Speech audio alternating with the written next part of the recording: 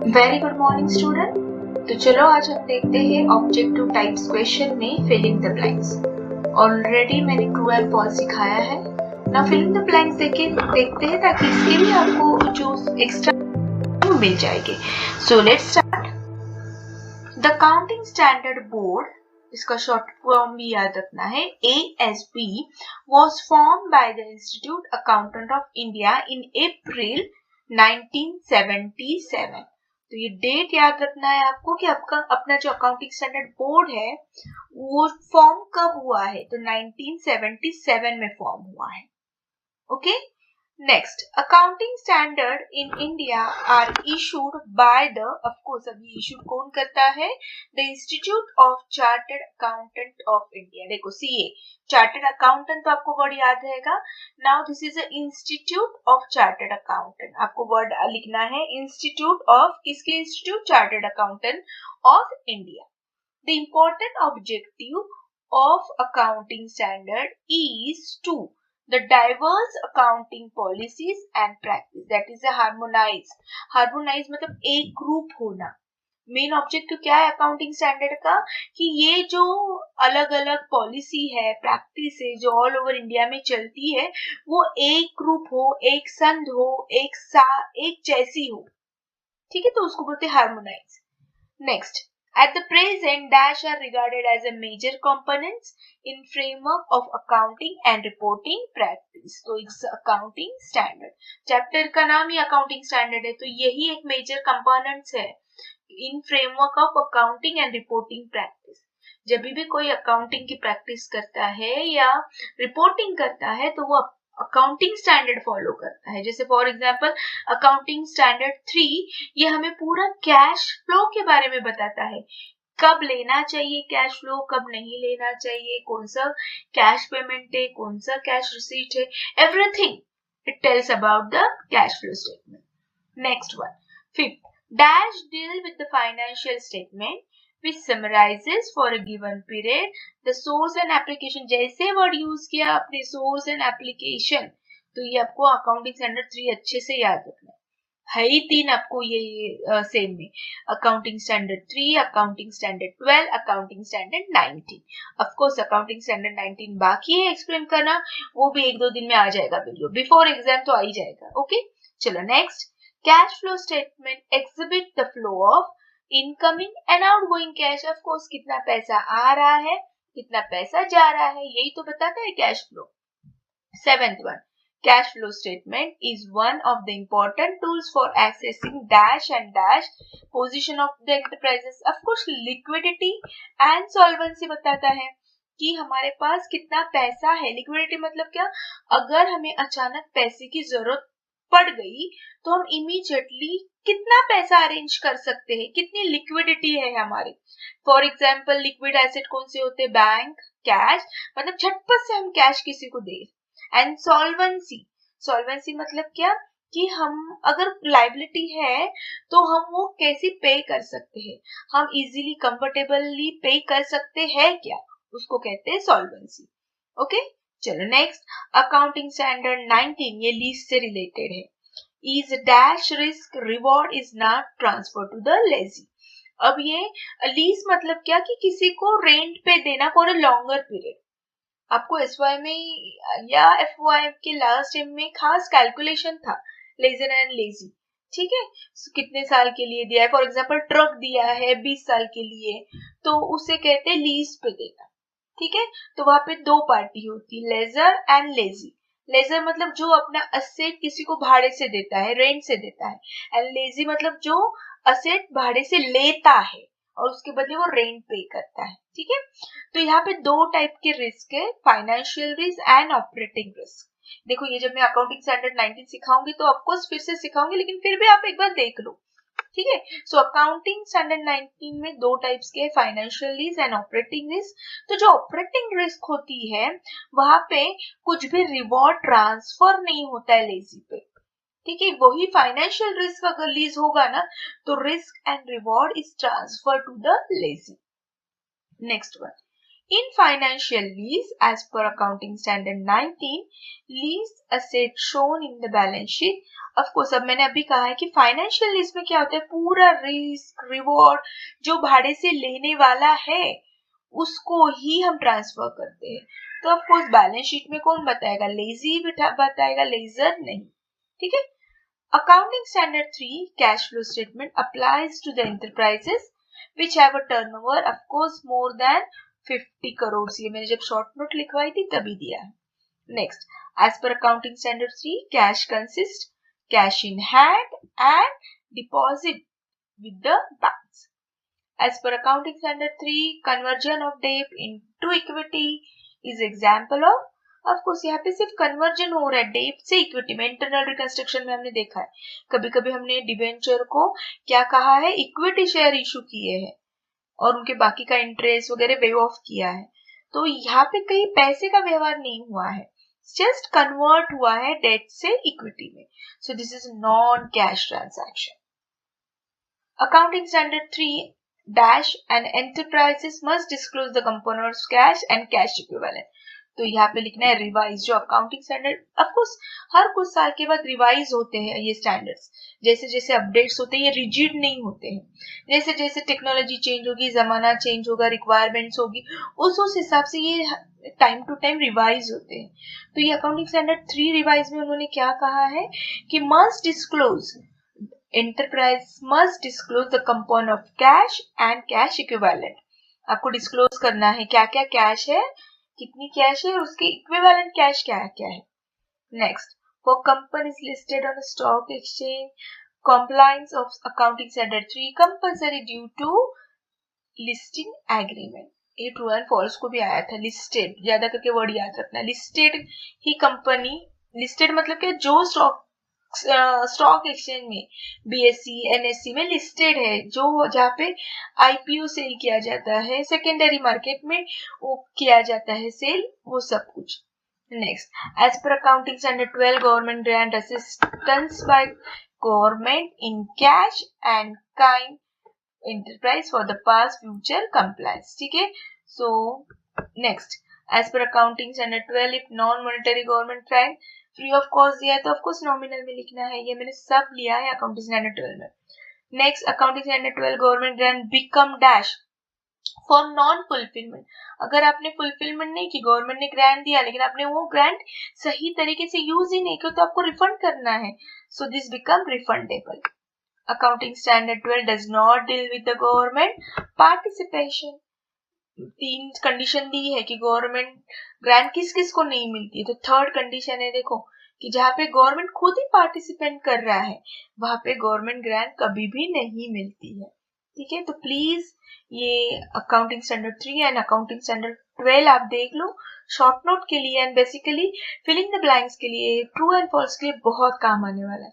So don't ignore, 15-20 minute के video फटाक से देख लेना. ठीक है. चलो next, government grant as per 12 is to be accounted for on a, of course this is a accrual basis. Everyone is follow accrual basis. Operating lease, accounting standard 19, is the lease other than the finance lease which does not transfer all risk and reward incidental to the ownership.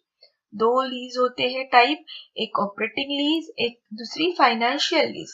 Operating lease में lessor बिल्कुल reward and risk transfer नहीं करता है lessee को, लेकिन financial lease में risk and reward both transfer to the lessee. Lessee मतलब जिसने भाड़े से लिया है वो. ठीक है. Next, Indian accounting standard and formulated on the basis of IFSR. Next, fair value accounting is the practice of measuring asset and liability at their current market value. Of course, market value से होता है. The market approach is a method of determining value of assets based on the dash to selling of the similar asset. ठीक है. The market approach is method कि हमको ये कितना asset में बेचना है, तो similar asset की प्राइस क्या है, selling price, उस पर depend. fair value accounting reduce investor satisfaction. The carrying value refer to the amount of value is appears on the, of course, balance sheet. Carrying value refers to the amount or value of an asset. देखो asset खरीदने में जो जो carrying cost हुआ है वो भी आपको एसेट में ऐड करेगा। जैसे 11-12 में एग्जांपल दिया था कि एसी अगर हमारा 45,000 में है, इंस्टॉलेशन 5,000, तो एसी की टोटल कॉस्ट कितनी हो गई, आप कितनी लिखोगे? ऑफ कोर्स 50,000 लिखोगे। ठीक है, तो ये और ये कैरिंग हमें ऑफ कोर्स वो बैलेंस शीट में ही लिखेगा एसेट के साथ। Reconstruction refer to the reduction of capital to cancel any paid up capital which is also lost of asset. So this is a internal reconstruction. ठीक है, reduction of share capital by the company would be possible if it is authorized by its articles. Articles में अगर authorise है, special resolution है, confirmation है, तो of course कोई भी कंपनी इंटरनल रिकंस्ट्रक्शन कर सकती है। और कैसे कर सकती है? By reducing their capital. हमने अच्छे से देखा है चैप्टर, एंड आई थिंक जो 4-5 प्रॉब्लम सिखाए दैट इज सफिशिएंट। बहुत डिफिकल्ट लेवल पे आई डोंट थिंक इतना पूछेंगे, और अगर पूछा तो फिर आपका बैड लक। ओके, चलो next one. Dash of share means converting share of smaller denomination into share. If you remember, ये true and false में भी है। ठीक है, that is a consolidation, और ये same question last year के question में पूछा है। Got it? Next, conversion of share into dash means bigger. The stock means that share are converted into bigger amount of holding. Shares and stock का फर्क भी मैंने आपको एक बार बताया था। शेयर्स मतलब पर्टिकुलर कोई कंपनी के शेयर्स, एंड स्टॉक मतलब अलग अलग कंपनी के शेयर्स। जैसे मेरे पास रिलायंस भी है शेयर्स, टाटा के भी है, बाटा के भी है, तो ये collection of share is called stock. And मेरे पास सिर्फ रिलायंस के है, तो रिलायंस के शेयर्स होते हैं। Got it? Next one, any balance left out in the capital reduction, of course transfer to the capital reserve account.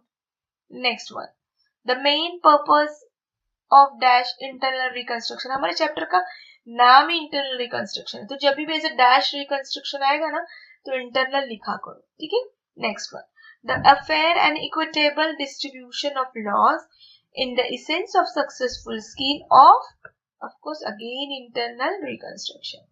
Dash may agree to reduce their claim if they find that the capital reduction scheme is more favorable than the return they may receive on the enforced liquidation of company.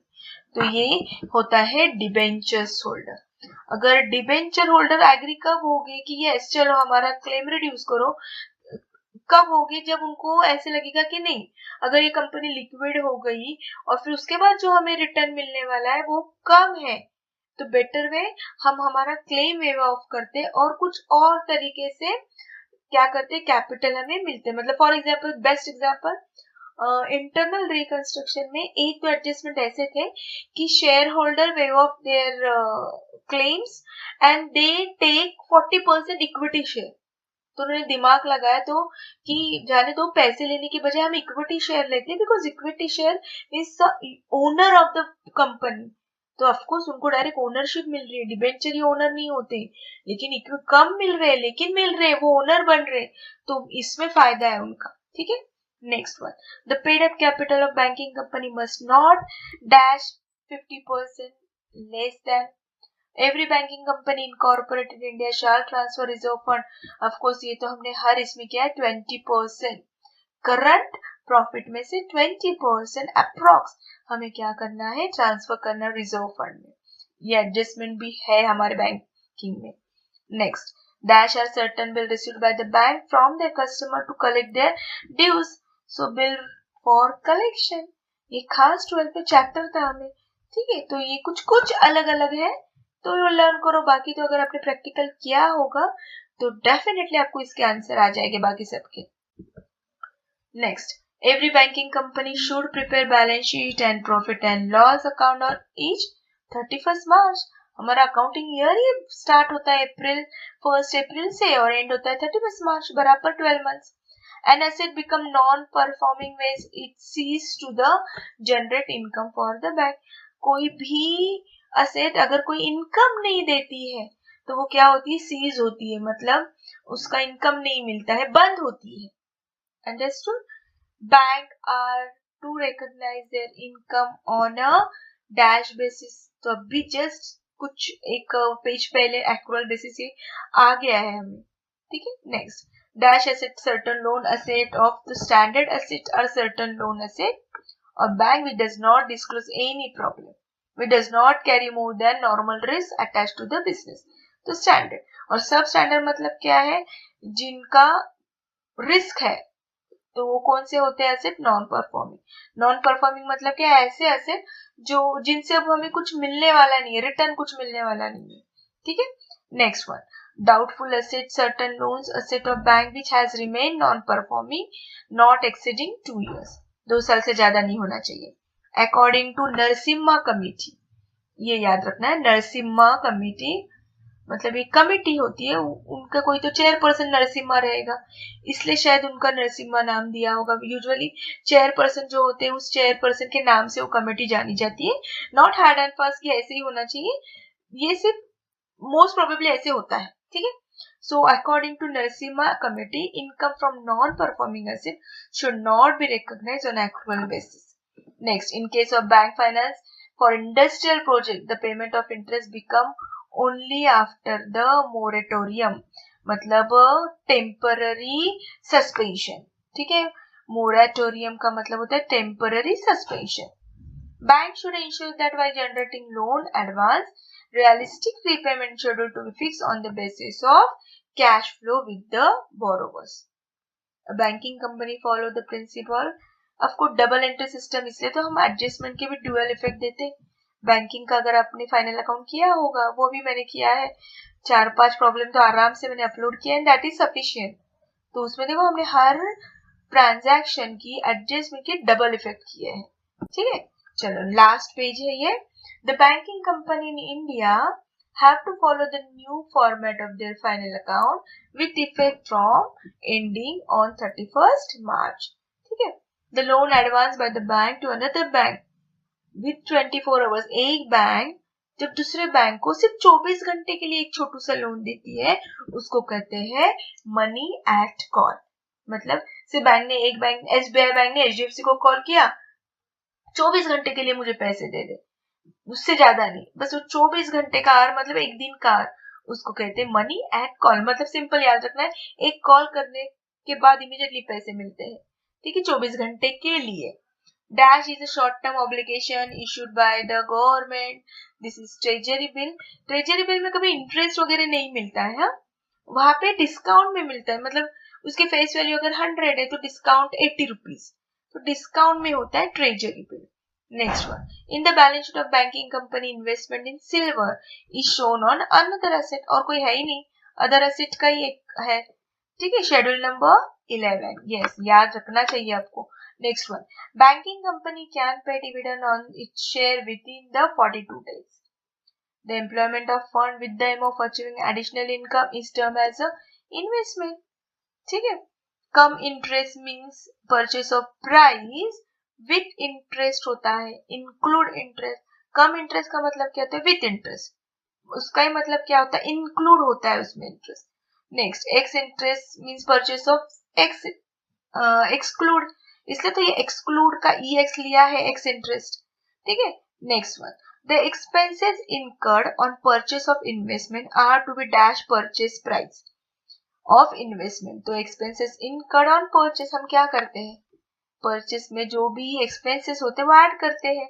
ठीक है. जैसे मैंने कहा था आपको, अभी AC का ही example दिया है, 45,000 का एसी, 5,000 खर्चा हुआ इंस्टॉलेशन का, तो पूरा क्या किया, 5,000 हमने ऐड किया, तो इट्स बिकम 50,000. तो हमेशा ऐड करना है. Expenses incurred on sale of investment of course deducted करना है. The investment on hand end of the price, cost price, market price, whichever is low, it's apply for closing stock also. So याद रखो, जो छोटी है वो amount हमें लेनी है. Under dash method valuation of closing investment is assume investment purchase are sold first. जो इन्वेस्टमेंट हमने पहले परचेस की उसको फर्स्ट सोल्ड आउट करना है, फर्स्ट इन फर्स्ट आउट. ठीक है. देखो FIFO, first in first out.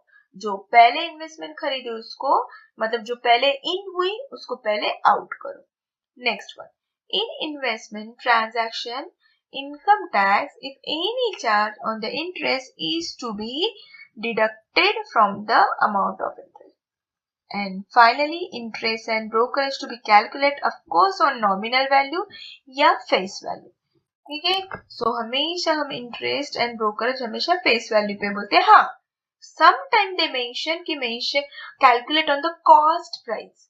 देखो इक्वेशन है ऐसा कि वहां पे कॉस्ट प्राइस बोला है, then you have to calculate the brokerage on a cost price. अगर कुछ भी मेंशन नहीं किया है तो compulsory you have to calculate on a face value, उसे ही नॉमिनल वैल्यू कहते हैं.